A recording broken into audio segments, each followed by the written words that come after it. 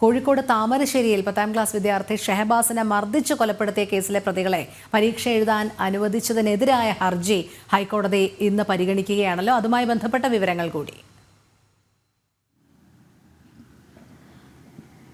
രോഹിണി, കുറ്റകൃത്യത്തിന്റെ വ്യാപ്തി അത് തിരിച്ചറിയാതെയാണ് Kozhikode juvenile justice board ഈ 5 പ്രതികളെയും പരീക്ഷ എഴുതാനായിട്ട് അനുവദിച്ചതെന്നുള്ള ഒരു വാദം മുൻനിർത്തിക്കൊണ്ടാണ് കൊല്ലപ്പെട്ട ഷഹബാസിന്റെ പിതാവ് ഹൈക്കോടതിയിൽ ഹർജി നൽകിയിട്ടുള്ളത്. ഈ ഹർജി സിംഗിൾ ബെഞ്ചിന്റെ പരിഗണനയ്ക്ക് വരുന്ന സമയത്ത് സ്വാഭാവികമായിട്ടും പ്രാഥമിക നടപടിക്രമം എന്നുള്ള രീതിയിൽ സംസ്ഥാന സർക്കാരിന്റെ മറുപടി ആവശ്യപ്പെടും. ഒരുപക്ഷെ ഇന്ന് തന്നെ മറുപടി സംസ്ഥാന സർക്കാർ ഹൈക്കോടതിയിൽ സമർപ്പിക്കുകയും ചെയ്യും. കാരണം കഴിഞ്ഞ വെള്ളിയാഴ്ചയാണ് ഈ ഹർജി ഹൈക്കോടതിയിൽ എത്തിയത്. അതുകൊണ്ട് തന്നെ ഇന്ന് തന്നെ സർക്കാരിന് മറുപടി ലഭിക്കുകയും ചെയ്യും. പ്രധാനമായിട്ടും ഈ ഷഹബാസിന്റെ പിതാവ് ഉന്നയിച്ചിരിക്കുന്ന മറ്റൊരു വാദം എന്ന് പറയുന്നത്, നിലവിൽ ഈ പ്രതികൾക്ക് പരീക്ഷ എഴുതുവാനായിട്ടുള്ള ഒരു സാഹചര്യം ഒരുക്കിയത് അത് സമൂഹത്തിന് തെറ്റായ ഒരു സന്ദേശം നൽകും. അതുകൊണ്ട് തന്നെ കോഴിക്കോട് ജുവനൈൽ ജസ്റ്റിസ് ബോർഡിന്റെ ആ ഉത്തരവ് റദ്ദാക്കണമെന്നുള്ളതാണ് പിതാവ് നൽകിയിട്ടുള്ള ഹർജിയിലെ പ്രധാനപ്പെട്ട ആവശ്യം. എന്തായാലും ഹൈക്കോടതി എടുക്കുന്ന തീരുമാനം ഇതിനനുസൃതമായിട്ടായിരിക്കും പരീക്ഷ എഴുതുന്നത് അടക്കമുള്ള നടപടിക്രമങ്ങളിൽ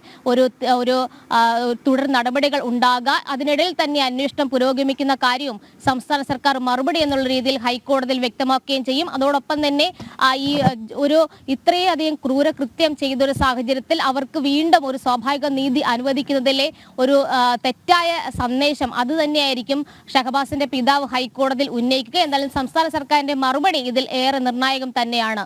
രോഹിണി. ശരി, രേഷ്മ ബാബുവാണ് വിവരങ്ങൾ നൽകിയത്.